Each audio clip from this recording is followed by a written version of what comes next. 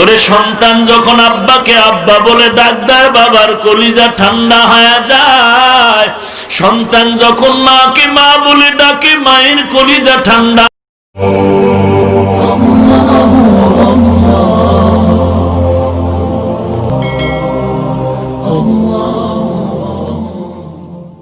আল্লাহ বলেন ওরে আল্লাহর গোলাম, তুই যখন আব্বাকে আব্বা বলে ডাকো, আম্মাকে আম্মা বলে ডাক দাও, আমি তোর জিহ্বা জবানের দিকে তাকায়া থাকি।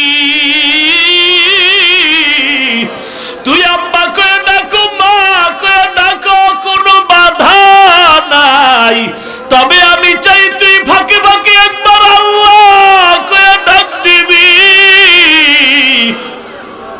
তোর একটা ডাক আমি শুনবার ইচ্ছা করি।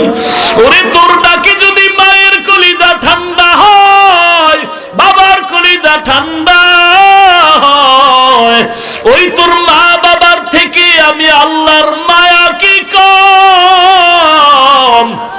আমি আল্লাহর মায়া মোটেও কম নাই। অন্তর ভরে একবার আল্লাহ বলে ডাক দিয়ে দাও। আমি আল্লাহ তোর ডাকে এত খুশি।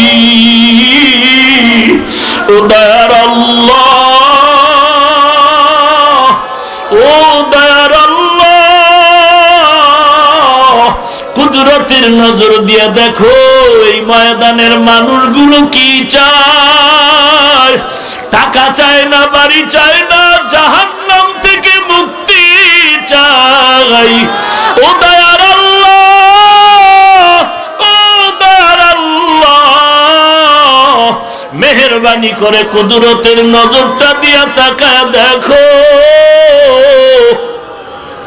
আয় আল্লাহ, আমরা সবাই তোমার দরবারের আসামি।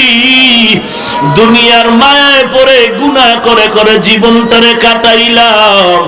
আয় আল্লাহ, জীবনটারে নাপাক করেছি রে আল্লাহ। আজকে তোমার দরওয়াজায় আসছি তওবা করার জন্য। মেহেরবানি করে তুমি আমাদের মাফ করে দাও। ইমাম ডাক দিয়ে কয় রে বান্দা, আল্লাহর মোহাব্বত নিয়ে তুমি ভোর রাতে ডাক দাও, আল্লাহর কাছে কান্না করো, আল্লাহ তোমার চাওয়া মাত্র সব দিয়ে দিবে। আল্লাহর বান্দা ইমামের পরামর্শ নিয়ে ঘরের মধ্যে যায়।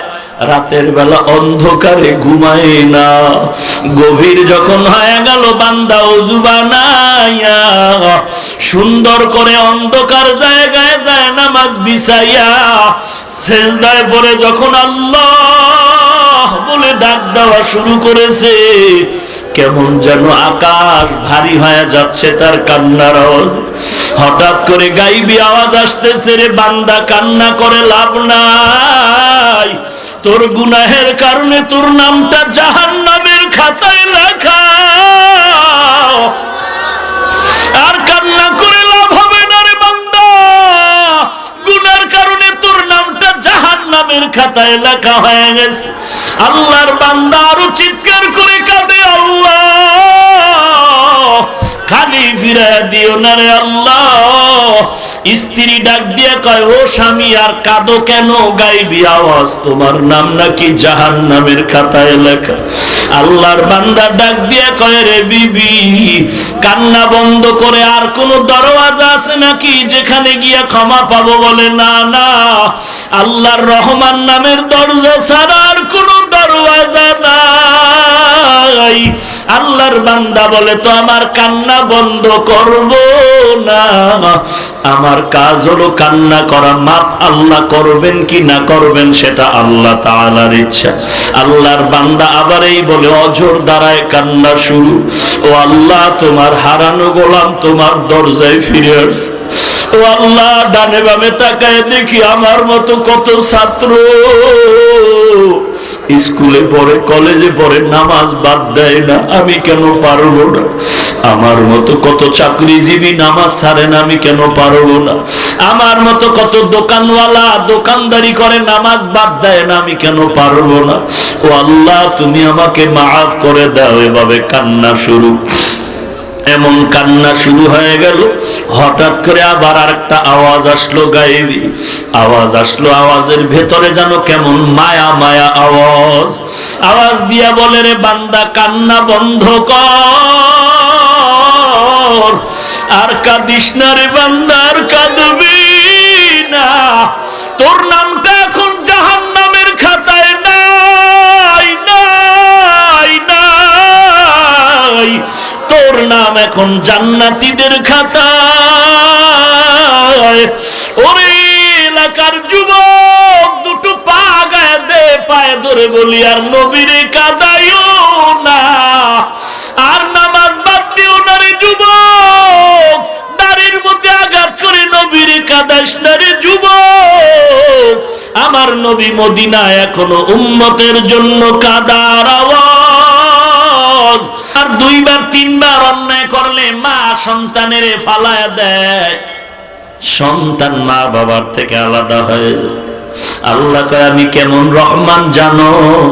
এত মারাত্মক মারাত্মক অন্যায় করার পর আমি আল্লাহ বেজার হয়ে খানা বন্ধ করে দেই নাই, আমি আল্লাহ বেজার হয়ে পানি বন্ধ করে দেই নাই, আমি আল্লাহ তোর উপরে গুনার কারণে রাগ করে বাতাস বন্ধ করে দেই নাই, আমি আল্লাহ গুনার কারণে তোর উপরে রাগ করে আমি আল্লাহ সূর্যের আলো বন্ধ করে দেই নাই।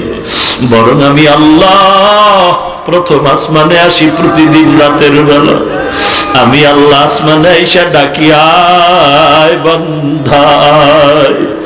জীবনে কত ঘুমাইছো? ওরে ভোর রাতে আইসা যদি কোনো ছাত্রের দরওয়াজায় ঘুমন্ত হালাতে আইসা ডাক দেয় আমি তোর শিক্ষক, এমন কোন ছাত্র নাই যে উস্তাদের ডাক শুনে বিছানায় ঘুমায় থাকবে, দৌড়ায় দরজা খুলবে।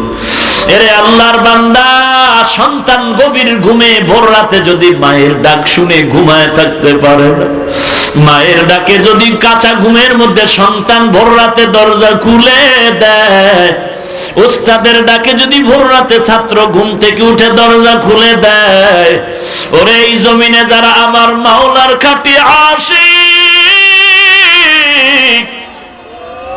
এই জমিনে যারা আমার আল্লাহ তাআলার খাঁটি পাগল, ওই পাগলগুলো যখন শুনে ভোর রাতে আমার আল্লাহ প্রথম আসমানে হাজির, আল্লাহ এসে ডাক দেয় ওরে বান্দা কয়দিন আর ঘুমাবি? ওঠ, আমি আল্লাহ প্রথম আসমানে এসে হাজির, কি প্রয়োজন চাও? আল্লাহর যারা খাঁটি গোলাম, ওই বান্দাগুলো সামান্য ঘুমাইয়া ঠান্ডা পানি দিয়া ওযু বানায়া ভোর রাতে উঠে সিজদায় পড়ে কাঁদে আর বলে ওরে মালিক, তোমার হারানো গোলাম দরজায় হাজির, আমার মতো গুনাহগার কেউ নাই, আমার গুনার কারণে আমি নজর করে দেখি আমার চোখ দুটো নাপাক, গুনাহের কারণে আমার জিহ্বা নাপাক, আমার অন্তর নাপাক, আমার গুনাহের খবর আমার মা জানে না, ভাই জানে না, বোন জানে না। যদি জানতো আমার মা আমারে আদর করতো না, তারাই দিত রে আল্লাহ। তুমি জানার পরেও পানি বন্ধ করো নাই, গাছ বন্ধ করো নাই, খানাও বন্ধ করো নাই। ও আল্লাহ, তোমার দরজার শ্রী মালিক মাফ করে দাও, তোমারে জীবনে দেখতে পারি না রে আল্লাহ, তোমার নবীরেও দেখতে পারি নাই রে আল্লাহ। আলেমদের কথা শুনে নবীর আদর্শের টুপি পরলাম, দাড়ি রাখলাম, লম্বা জামা পরলাম। কত মানুষ টুপিওয়ালা বলে গালি দেয়, তার উপরও টুপি ফালাই না। কত মানুষ দাড়িওয়ালা বলে গালি দেয়, দাড়ি ফালাই না। কত মানুষ লম্বা জামা পরার কারণে বাঁকা নজরে তাকায়, তার উপরও ফালাই না। ও আল্লাহ, নবীর আদর্শের টুপি দাঁড়ি এত সুন্দর, না জানি আমার নবীজি কত সুন্দর। ও আল্লাহ, ওই নবীরও দেখতে পারি নাই। ও মালিক, এত কষ্ট করে সংসার চালাই, কতদিন যায় সবার ঘরের চুলায় আগুন জ্বলে, আমার ঘরের চুলায় আগুন জ্বলে না। এমন ঈদের দিন গেছে, সব সন্তানেরা নতুন জামা কাপড় পরে ঘুরে, আমি এমন গরিব, আমার সন্তানের ঈদের সময় একটা ভালো জামা কাপড় কিনে দিতে পারি নাই। এই প্রচন্ড ঠান্ডার ভিতরে কত ঘরের বাচ্চাগুলো কত সুন্দর শীতের পোশাক পরিয়া চলে। এমনও গরিব আছে রে বাবা, একটা ভালো পোশাক কিনার টাকাও নাই, একটা কম্বল কিনারও টাকা নাই রে বাবা। এই বান্দাগুলো তারপরও মন বেজার করে না, আলহামদুলিল্লাহ বলে জিকিরে বসে যায়, তসবিহ পড়ে, আল্লাহর মহব্বত। এরে নবীর উম্মতের দল। ইমাম সাহেব ডাক দিয়া বলে, রে যুবক, আমার মাওলার মতো দয়া মায়ার কেউ নাই। আমার আল্লাহরে তুই মোহাব্বত করিয়া যদি ডাক দাও, আল্লাহর কাছে তওবা করো, গলায় ছুরি আসবে, মরে যাব, আর নামাজ ছাড়বো না, মা বাবারে কষ্ট দিব না, আল্লাহওয়ালার বিরোধিতা করব না, আলেমের বিরোধিতা করব না। ও আল্লাহ, তুমি তওবা করার তৌফিক দাও। আর নবীর সুন্নাত জবাই করব না। তওবার যদি খাঁটি নিয়ত হইয়াই থাকে, মুনাফিকি না থাকে, খাঁটি তওবার নিয়তে আল্লাহর কাছে দুটো হাত উঁচু করে দেখায় দাও। ও আল্লাহ, দয়া করে সবার হাত কবুল করে দেন। আল্লাহ তাআলা পরীক্ষা করে জানবেন কার ঈমানের কি হালাত। আল্লাহ পরীক্ষার আগে কি জানেন না? কথা বলেন কি ভাই? কষ্ট হচ্ছে মনে হয়? আল্লাহ জানেননি? পরীক্ষার আগেই জানেন। তাহলে পরীক্ষা করার কি প্রয়োজন? শিক্ষক ভালো করে জানে ক্লাসের ভেতরে কোন ছাত্রটার মেধা কি রকম, পয়েন্ট কত পাবে, নাম্বার কত পাবে, জানেনি? এরপরেও বছরে 3টা পরীক্ষা কেন নেওয়া হয়? এরপরেও মাসে মাসে পরীক্ষা কেন নেওয়া হয়? একমাত্র জবাব শিক্ষক জানার জন্য নয়, ছাত্র তুমি নিজেই যেন জানতে পারো তুমি কত নাম্বার পাওয়ার যোগ্য। আল্লাহ জানেন, এরপরও কেন পরীক্ষা? বান্দা তুমি নিজেই জানো, মরার আগে জানতে পারো তুমি কত নাম্বার পেয়ে জান্নাতে যাইবা নাকি জাহান্নামে যাইবা। আমলের পরীক্ষা দাও। আল্লাহ বলেন, আমি 5টা জিনিসের মাধ্যমে পরীক্ষা করব। আমি আল্লাহ তোরে ছাড়বো কেন? তুই কে? তুই কে বেটা? তোরে পরীক্ষা ছাড়া আমি জান্নাত দিব? দুনিয়ার মধ্যে টপ লেভেলের বান্দা আম্বিয়া কেরাম, যাদের কোনো গুনাহ নাই, মাসুম,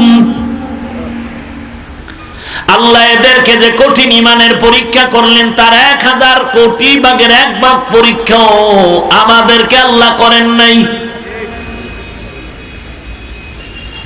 সমস্ত আম্বিয়া কেরামদের পরীক্ষায় ফেলেছেন আমার আল্লাহ, সেই তুলনায় 1000 কোটি ভাগের 1 ভাগ 1 বিন্দু পরীক্ষা আমাদেরকে করেন নাই। আল্লাহ বলেন, আমি তোরে অবশ্যই পরীক্ষা করব, কোনো সন্দেহ নাই।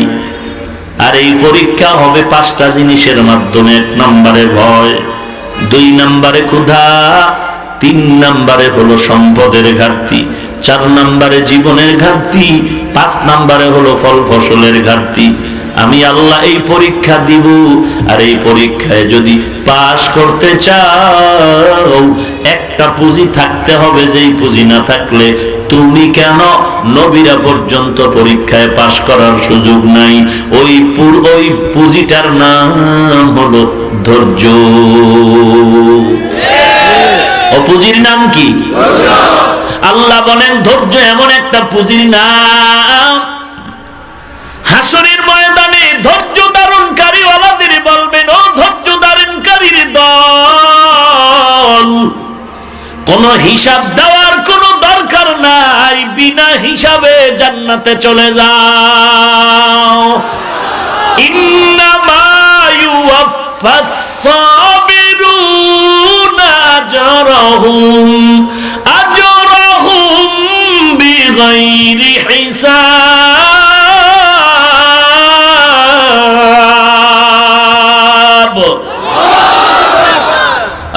ধৈর্য ধারণকারী বিনা হিসাবে জান্নাতে যা।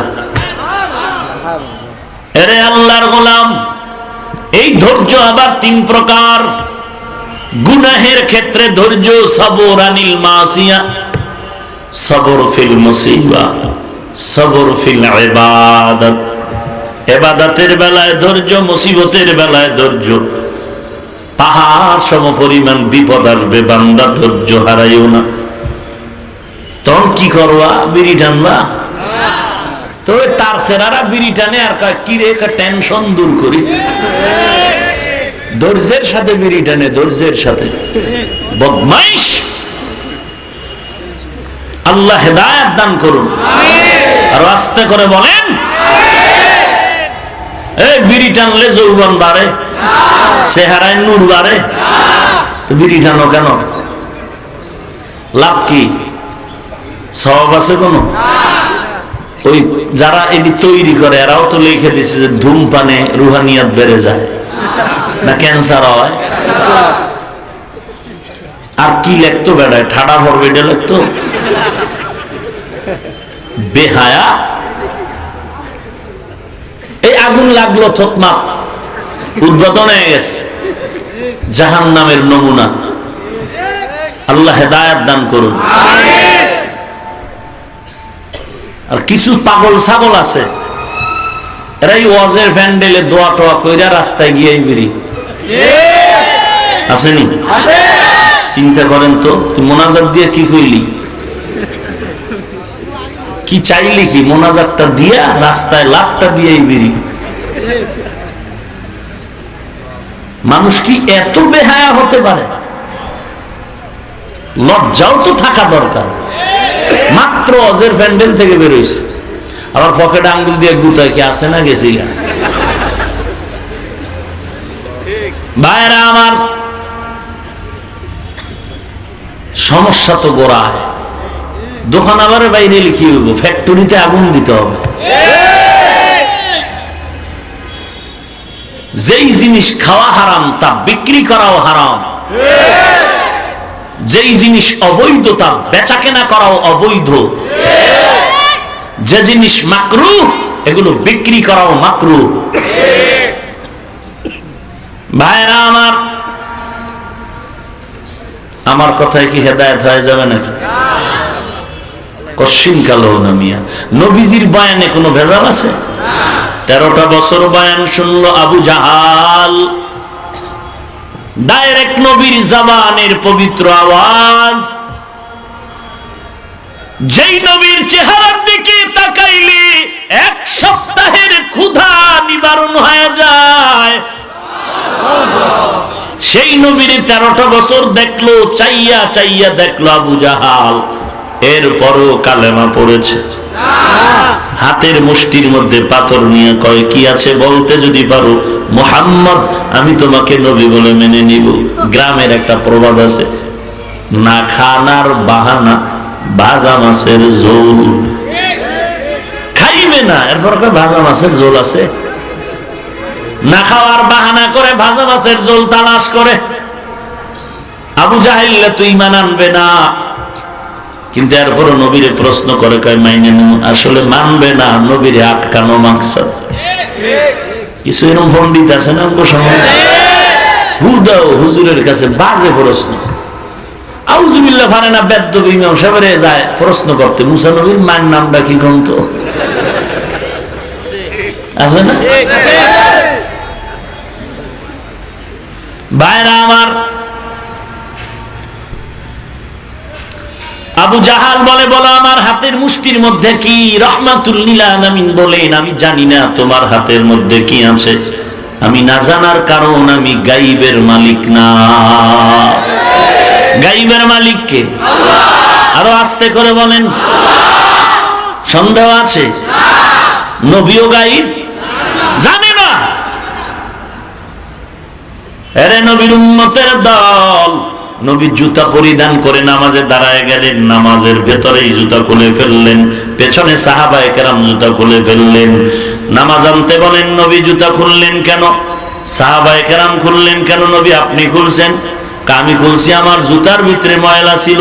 আপনি আগে দেখেন নাই? কয় না। জানলেন কেমনে? জিব্রাইল আমারে জানাইয়া দিছে জুতার ভেতরে ময়লা আছে। আমি আগে জানতাম না, কারণ আমি গাইবের মালিক না। গাইবের মালিক হলো একমাত্র আল্লাহ।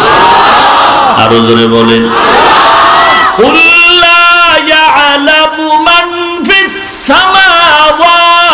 ওয়াল আরদিল গায়বা ইল্লাল্লাহ। এই মিয়া, বিদ্যুতের বাতি জ্বললে হারিকেন লাগবে নি? লাগবে? বিদ্যুতের বাতি থাকলে হারিকেনের যেমন প্রয়োজন হবে না, পানি রেডি থাকলে তায়াম্মুম যেমন চলে না, কোরআন হাদিসের স্পষ্ট সমাধান থাকলে কারো কোনো চাপাবাজি আর যুক্তি চলবে না। আল্লাহ বলেন, ও নবী, উম্মতেরে জানায় দেন, আসমানের বাসিন্দা জমিনের বাসিন্দারা কেউ গায়ব জানে না, ইল্লাল্লাহ, একমাত্র কে জানেন? ইল্লাল্লাহ মানে একমাত্র বলতে হবে, একমাত্র। আরো জোরে বলেন, গায়বের মালিক কে? কুল লা ইয়ালামু মান ফিস সামাওয়াতি ওয়াল আরদিল গায়বা ইল্লাল্লাহ। আসমান জমিনের বাসিন্দা কেউ গায়ব জানে না। ইতিহাস যদি আপনাদের জানা থাকে, বলুন আপনার আমার নবী আসমানের বাসিন্দা নাকি জমিনের বাসিন্দা? আল্লাহ বললেন, আসমানের বাসিন্দারাও গায়ব জানে না, জমিনের বাসিন্দারাও গায়ব জানে না, একমাত্র গায়বের মালিক হলেন আমার আল্লাহ। বাস, আমি একটা আয়াত পরে দলিল দিয়ে গেলাম। এখন কেউ যদি আবার দলিল দিয়ে গায়বের মালিক নবীরে বানায়, তুমি দলিল দিলে পারলে দাও শালীন ভাষায়, কিন্তু গালা গালি দেওয়ার দরকারটা কি? গালি না দিলে তোমার চাপাবাজি বন্ধ হয়ে যাবে, চাপাবাজির হক আদায় হবে না। গালি বন্ধ করে দাও, না হয় অপেক্ষা করো, বিশাল মুসিবত তোমার জন্য অপেক্ষা করতেছে। চিন্তা করেন, সারা দুনিয়াতে তাবলীগের এত বড় খেদমত, আজ একটি ক্লান্তি লগ্ন বললে চলে তাবলীগের ভেতরগত হালাত। তাবলীগ মানে একটা পাঠ নয়। তাবলীগ বলেন, চরমনাই বলেন, উজানি বলেন, দেওবন্দি বলেন, মাদ্রাসা বলেন, যেখানে কোরআন, যেখানে হাদিস, যেখানে কোরআনের মাদ্রাসা, যেখানে তালিম, সবগুলো একটা গাছের ডালপালা। কওমি বলেন, দেওবন্দি বলেন, চরমনাই বলেন, সব একটার সাথে একটা লাগানো। তাহলে বিপদে শুধু তাবলীগ কেন, গোটা মুসলিম। কথা ঠিক? গোটা মুসলিম এই বিপদে। এই মুহূর্তে পারলে তুমি ভালো একটা কথা বলো, উপদেশ দাও। তুমি যদি বলো নবীরে দাঁড়াইয়া ইয়া নবীর সালাম না দেওয়ার কারণে তাবলীগালারা মার খায়, তা তুমি বিভিন্ন স্টেজে জুতা খাও কোন মোবারকের কারণে? ভণ্ড, তুমি ধাওয়া পাল্টা ধাওয়া খাও কেন? কোন গজবের কারণে? তোমার মতো একজন পাগড়িওয়ালা টুপিওয়ালার জবানে আম মানুষের সামনে এই কথাটা বলা শোভা পায় না, পায়? ওরে আল্লাহর বান্দা, দিলটারে বড় বানাও, মানুষকে দিলের মধ্যে স্থান দেওয়ার অভ্যাস করো, যদি তুমি দায়ী হয়ে থাকো। এরে নবীর উম্মতের দল, চেপে রাখা কত কষ্ট, দিলের মধ্যে বলার কোনো উপায় নাই, কায়দা নেই। আম্মা জানের গর্ভ থেকে পৃথিবীতে আগমন হয়ে বয়স যখন 5 বছর হলো, মায়ের গর্ভ থেকে পৃথিবীতে আগমন হয়ে গেল 5 বছর, ঢুকে গেলাম মাদ্রাসায়। জীবনে হাফ প্যান্ট ফুল প্যান্ট কিছুই পরিনি, একটি পায়জামা অথবা লঙ্গি আর লম্বা জামা, কানিফারা জামাও বাবা পরায়নি জীবনে। মাদ্রাসায় গিয়ে আলিফ বা তা পড়া শুরু করলাম। ওই 5 বছর বয়স থেকে যখন আমলনামা এখনো শুরু হয়নি, এরপর আরেকটু বয়স বাড়লো, আরেকটু দূরে আসলাম, আরেকটু বয়স বাড়লো, আরেকটু দূরে চলে আসলাম। ওই 5 বছর থেকে কোরআন হাদিসের পেছনে মেহনত শুরু হয়ে গেল 20 বছর পর্যন্ত। 24টা ঘন্টা কোরআন হাদিস, কোরআন হাদিস, কোরআন হাদিস। মিজান পড়ি, মুনসাফ পড়ি, নাহবে মির পড়ি, হেদায়েতুন নাও পড়ি, ইলমে সরফ পড়ি, ইলমে বালাগাত পড়ি, ইলমে নাহবু, ইলমে সরফ, ইলমে মানতিক যা পড়ি, মাকসাদ একটা, কোরআন হাদিস, কোরআন হাদিস, কোরআন হাদিস। সবগুলোর এক মাকসাদ, আমার আল্লাহর মারিফত আমি অর্জন করব। বছরে একবার বাড়ি যাই, বাবা আসলে আলহামদুলিল্লাহ, না আসলে নাই, খানাও ঠিক মতো নাই। মাদ্রাসার পক্ষ থেকে 2 বেলা খানা, সকাল 10টায় 1 বাটি খানা দেয়, আসরের নামাজের পরে 1 বাটি মেপে খানা দেয়। তরকারি কি বলে? পাতলা ডাউল, ডাউলের উপরে পোকা ভাসতেছে। এত কষ্ট করে 20 বছর মাদ্রাসায় লেখাপড়া করলাম। লেখাপড়া করার পর আসাতাজায়ে কেরাম, ওস্তাদরা খুশি মনে মাথায় পাগড়ি দিয়া কয়, মাওলানার টাইটেল নিয়ে যাও, এখন আর ঘুমানোর টাইম নেই, যা জীবনে শিখছো মানুষের দ্বারে দ্বারে গিয়া মোহাব্বতের নজরে মানুষকে জাহান্নাম থেকে বাঁচানোর দাওয়াত দাও। আজকে বরিশাল মাহফিল, কালকে ফেনীতে মাহফিল। এরে নবীর উম্মত, এইভাবে দৌড়ায় দৌড়ায়, খানা নাই, ঘুম নাই, কষ্ট আর কষ্ট। রাতের বেলা আরামের ঘুম নাই, ঠিক মতো খানার টাইমে খানা নাই, খানা স্বাস্থ্য সম্মত নাই। এত কষ্ট করে করে 40, 50, 30 বছর একটাই টার্গেট, জীবনের 5 বছর থেকে শুরু হয়ে গেল আল্লাহ আল্লাহ আল্লাহ পাওয়ার জন্য চেষ্টা। কোরআন হাদিস, কোরআন হাদিস, এখনো চেষ্টা চলে। মানুষের পায়ে ধরে ধরে বুঝাই, ও আল্লাহর বান্দা, যদি পা দুটো আগায় দেও, আমি পায়ে হাত রেখে বলবো, নামাজ ছাড়িও না। স্কুলে পড়ো, টুপি পড়ো, স্কুলে পড়ো, নামাজ ছাড়িও না। কলেজে পড়ো, নামাজ বাদ দিও না। ব্যবসা করো, নামাজের সময় নামাজ আদায় করে নাও। এরে বান্দা, তোমার মতো কত বান্দা যুবক ইংরেজি পড়ুয়া, র‍্যাব, আর্মি, পুলিশ, বিডিআর নামাজ বাদ দেয় না, তুমি কেন পারবা না? তোমার মতো যুবক স্কুলে পড়ে নামাজ ছাড়ে না, বলো তুমি কেন পারবা না?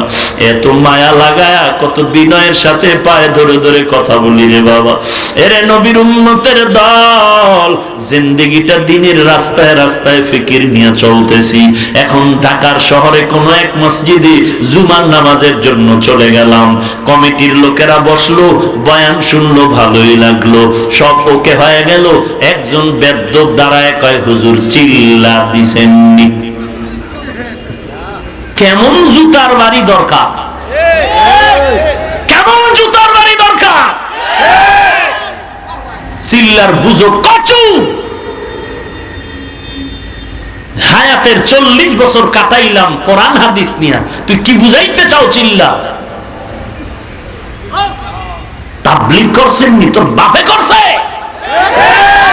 ওলামায়ে কেরাম যা করেছে তোর 14 গোষ্ঠী করেনি।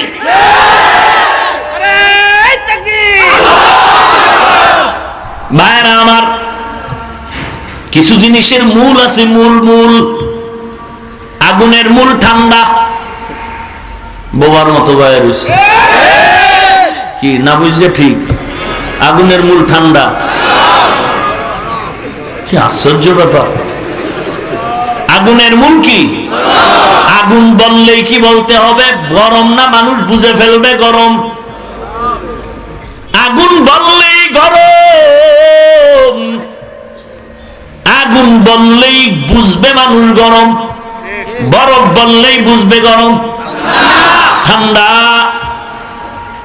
মাওলানা বললেই বুঝবেন মূর্খ না আলেম? মাওলানা বললে যেমন বুঝবেন আলেম, আলেম বললেই বুঝবেন পুরাটাই তাবলীগ। ভাইরা আমার, উলামায়ে কেরামের জিন্দেগি, দাওয়াত ও তাবলীগ, রাসূলের দ্বীন জিন্দার পেছনেই মেহনত। এরে নবীর উম্মত, এই জমিনে তাবলীগ নিয়ে যত বার্গেনিং, যত দ্বন্দ্ব, যত বিদ্বন্দ্ব, যত প্রশ্ন, সব কিছুর জবাব দিয়েছেন উলামায়ে কেরাম। এরে নবীর উম্মতের দান। তবে ওই 6 উসুলের তাবলীগের ক্ষেত্রটা কেমন? ইলিয়াস রাহমাতুল্লাহ আলাইহি বলেছেন, তাদের জন্যই 6 উসুলের খেদমত, যারা সংসারের ঝামেলায় পড়ে তোমরা কোরআন হাদিস শিখতে পারোনি, ব্যবসার ঝামেলায় পরে কোরআন হাদিস শিখতে পারো নাই, তোমরা ফাঁকে ফাঁকে 3 দিন 40 দিন 1 বছর 6 মাস 1 মাস সময় দিয়া একটু দিনের কাজে বের হয়ে যাও, নামাজ রোজা কোরআন হাদিস কালেমা ঠিক করার জন্য। আর এগুলো যদি ঠিক করতে চাও, একজন আলেমকে তোমার মুরব্বি মানতে হবে। কথা ঠিক নি? মাঠের বাইরে ব্যাঠি। আল্লাহ হেদায়েত দান করুন। আলোচনায় কি বুঝলেন? তাবলীগের বিরুদ্ধে বলেছি? হ্যাঁ, আল্লাহর কসম, আল্লাহর কসম, আল্লাহর কসম, এই জমিনে তাবলীগের একমাত্র কর্ণধার কলিজার মানুষ হলো উলামায়ে কেরাম। যারা বলে আলেমরা তাবলীগ করে না, পছন্দ করে না, খোদার কসম তুমি হলা তাবলীগের দুশমন।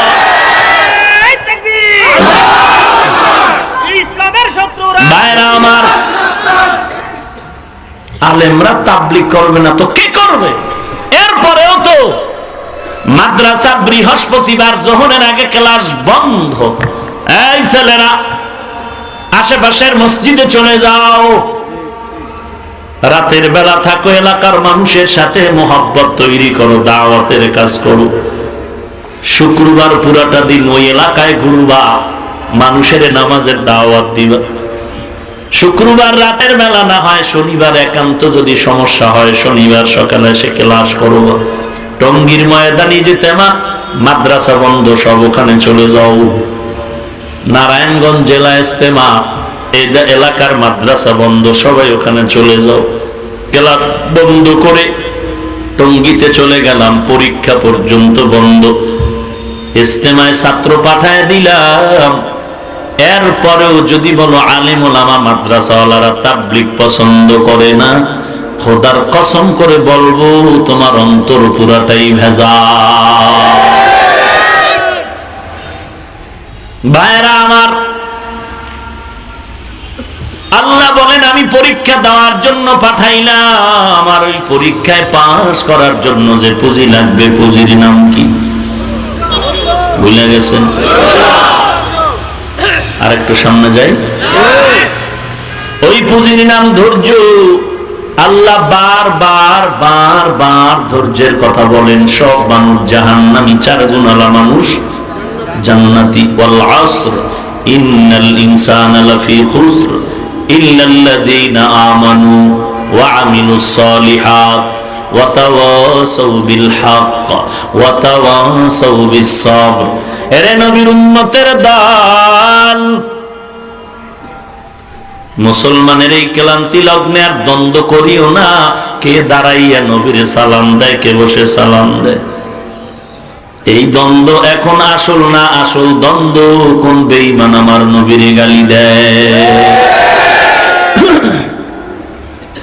তুমি দাঁড়ানো আর বলে কিলাকিলি করো, আর ওদিকে তুমি নবীর সম্মান লইয়া দাঁড়াইলা না বইলা এই কিলাকিলি, আর ওদিকে কুত্তায় কয় নবীর দাড়ি ছাগলের মতো। তুমি সম্মান যদি চাও ওই কুত্তারে সাইজ করার লেগে না আন্দোলনে নামবা। ধন্যবাদ। সত্য কথার সমর্থন করতে হবে না, এটাও কি দালালি নাকি?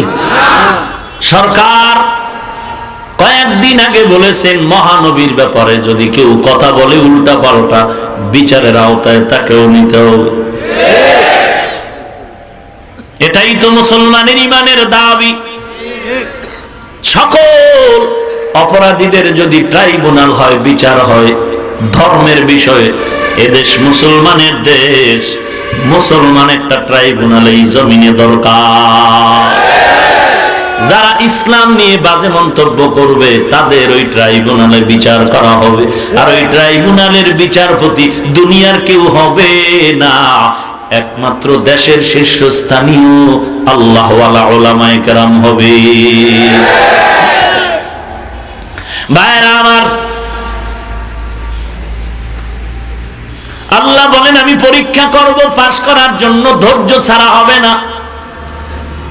ধৈর্যের পরীক্ষা নিয়ে তুমি আগাও। ইয়া আইয়ুহাল্লাযীনা আমানুস্তাঈনু বিস-সাবরি ওয়াস-সালাহ ইন্নাল্লাহা মা'আস সাবিরিন।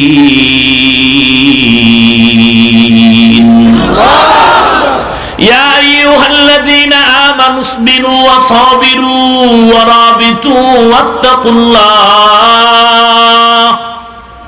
বারবার ধৈর্যের বয়ান। ধৈর্য বড় দামি একটি সম্পদ। ধৈর্যের দৃষ্টান্ত ইতিহাসের পাতায় রেখে গেলেন আইয়ুব আলাইহিস সালাম। ধৈর্যের দৃষ্টান্ত ইতিহাসের পাতায় রেখে গেলেন পয়গম্বর ইব্রাহিম ও ইসমাইল। ধৈর্যের ইতিহাস দৃষ্টান্ত কায়েম করলেন আমার মায়ার নবী। কেমন ধৈর্য! তায়েফের ময়দানে আমার নবী কালেমার দাওয়াতে রওনা।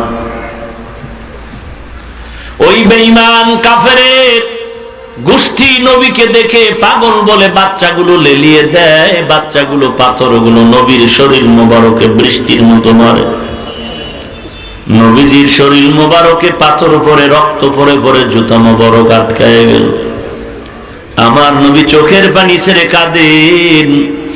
একবার তায়েফের ওই দুশমনের দিয়ে তাকায় আর কান্না করে দিনের এলাকায় দিনের নবী নিজের মক্কার জমিনে পাও বাড়ায়, কদম বাড়ায়। হঠাৎ করে জিবরাইল আমিন এসে গেলেন। নবী আপনি বলেন এখন পাহাড় উল্টায় ধ্বংস করে দেই। মায়ার নবী বললেন ও জিবরাইল এরা আমাকে চিনে না, যদি চিনতো আমার শরীরে এরা আঘাত করতো না। এরে নবীর উম্মত, এটাই হলো ধৈর্যের ফলাফল। আজকে তোমার আমার ভেতরে ধৈর্য নাই।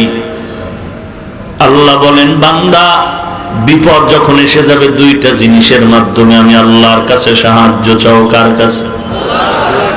এখানে যারা আছেন বলেন তো আমার নবীর থেকে দামি আর কেউ আছে নাকি? সবাই একমত নাকি বলেন? সেই নবী যদি কিছু প্রয়োজন হতো কার কাছে চাইতেন? আমার মায়ার নবী যদি আল্লাহর কাছে চাইতে পারেন, ও বাংলাদেশের আশেকে রসুল বলো তুমি আল্লাহর কাছে না চাই কেন কবরে চাও?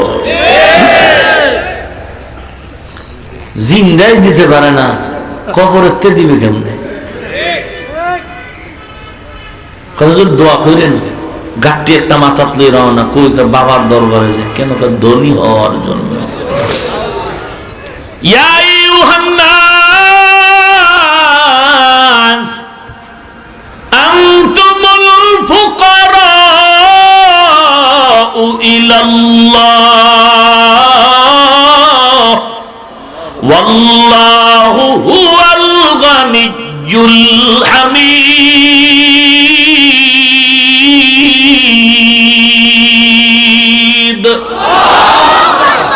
আল্লাহ বলেন ও মানুষ সব গরিব, একমাত্র ধনীকে।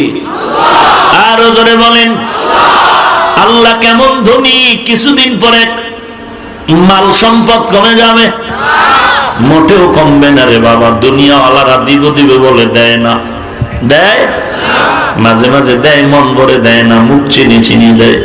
আল্লাহ কয় তাকায় দেখ আমি আল্লাহর দরজা অল টাইম খোলা, যখন চাবি তখনই পাবি। রাতের বেলা দিনের বেলা কোনো টাইম নির্ধারণ করা নাই। নদীর মধ্যে গয়া যদি ডাক দেও আমি আল্লাহ তোর দরবারে হাজির, তোর যা দরকার আমি দিয়ে দিব। যারা চাওয়ার মতো চাইছেন আমি আল্লাহ তাদের দিয়ে দিয়েছি। তবে চাওয়াটা তো জিকিরওয়ালা জিব্বা লাগবে, নবীরিওয়ালা।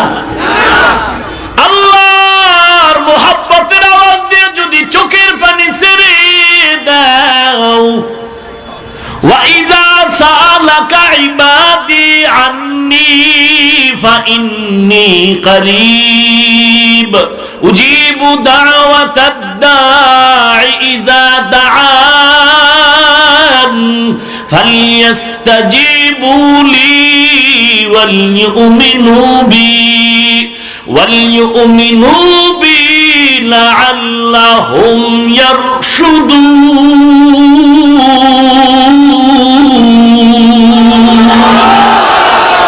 सगरी देने के तू तैयार है, जो न मांगे उससे तू बेजार है। আল্লাহর কাছে চাইলে কোনো ফেরত নাই, কয় চাইলাম তো 1000 বার পাই না। আল্লাহ অবশ্যই দিবেন, তবে দেওয়াটার মধ্যে একটু বেশ কম আছে। আল্লাহ হয়তো যা চাইছো তার পরিবর্তে ভালো যেটা তা দিবেন, অথবা আল্লাহ নগদ দিবেন, না হয় পরে দিবেন। পরে বলতে দুনিয়াতেও হতে পারে, আখিরাতেও হতে পারে।